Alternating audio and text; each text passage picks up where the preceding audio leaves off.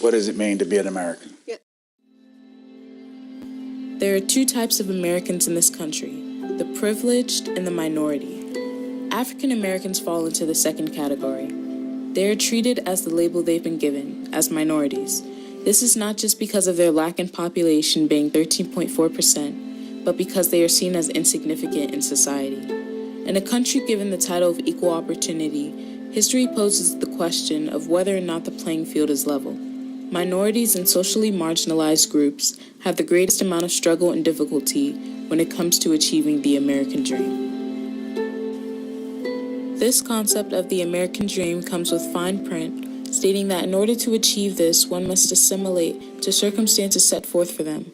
In this country, each individual endures experiences based on his or her demographic. African Americans have been prominent throughout history as being victims of America's system.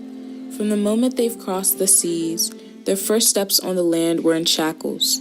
The moment an entire race took their first steps on this land was in captivity.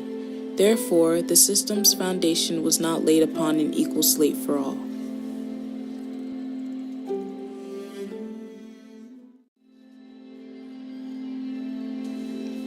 There have been historical adversities that Black Americans have faced, which prevalently today include race-based exclusion, contributing to the prevailing socioeconomic status of Black Americans. This exclusion from economic, health, and educational opportunity affects the quality of life for African Americans. As a result, lifespan. The life expectancy of Black males and females stands throughout history and today as being shorter than the life expectancy of white males. According to a life expectancy census from the National Center for Biotechnology Information, a white male's life expectancy in 2010 landed at about 80 years old, while a Black male's life expectancy landed at about 77. In recent times, this life expectancy is put at an even greater risk due to the increased amount of killings against Black individuals by law enforcement. Order and nonviolent arrest. Of so many cases, such as Tamir Rice's case, and of course we can go back to the case of the man who was strangled in New York for selling cigarettes. I think it's created a huge distrust in the African American community, which is really just an extension of the relationship that's been formed over the years. If you go all the way back to things like Rodney King, go all the way back to the 60s and the 70s, creation of the Black Panthers, which was formed to fight police brutality. Police brutality has always been a constant issue in minority communities, and so I think that with the rise of the cell phone, journalists, and different people catching things online, I think now the situation is worse because oftentimes it causes people to wonder, what else has been happening with police and African Americans before the cell phones actually were able to catch them. Turmoil brews within Black Americans that stays unresolved due to the lack of resources available, especially for those below the poverty line. Resources can be so expensive that immediate physical health has to compete for priority against mental health.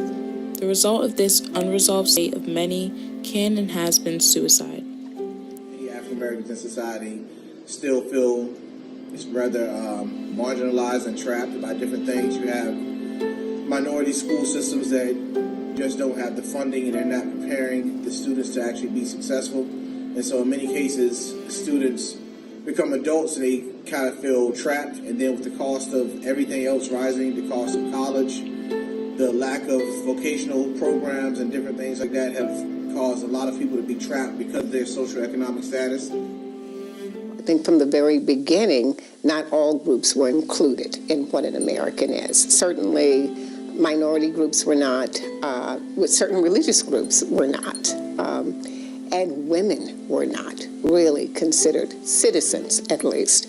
That changes over time. Over time, more and more people are brought into the American family, but we still struggle with it.